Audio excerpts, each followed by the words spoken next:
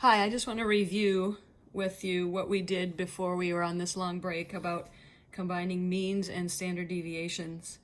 We had these different rules that we went through, and you should still have your notes, but I'll quick go through them again.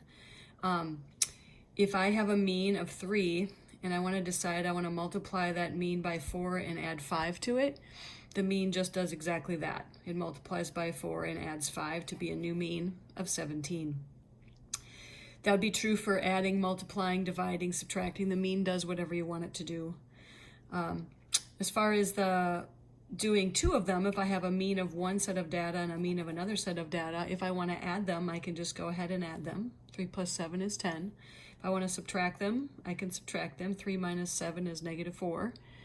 So I can add or subtract them, no problem.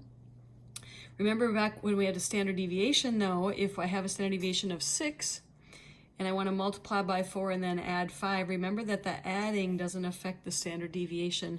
Neither does subtraction, actually. So if I have my standard deviation of 6, I'm going to go ahead and multiply that by 4, but that would be my final answer, 24.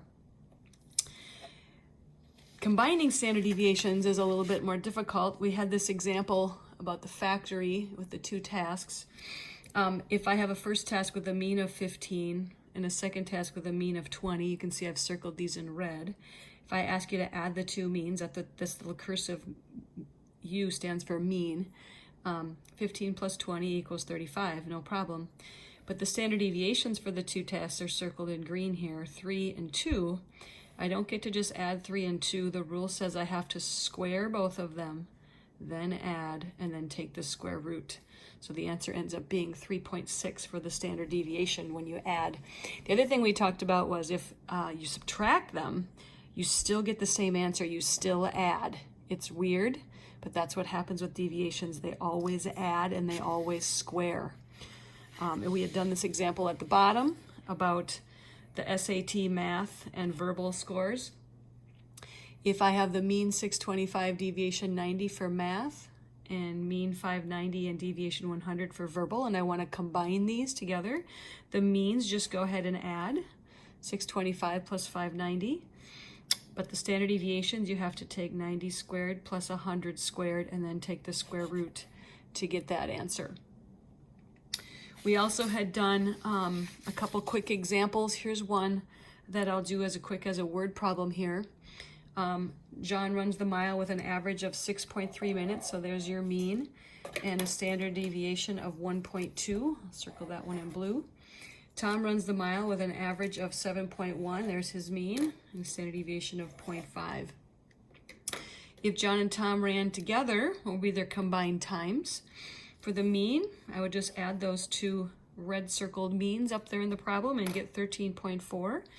But the standard deviations, you'll notice that we squared and then took the square root and we added to get 1.3. If I wanted to subtract instead, not combine their times, but find the difference between their two times, I would just subtract the means, 7.1 minus 6.3 to get 0.8. And you'll notice that the standard deviation answer is exactly the same as the adding one, even though it's subtraction.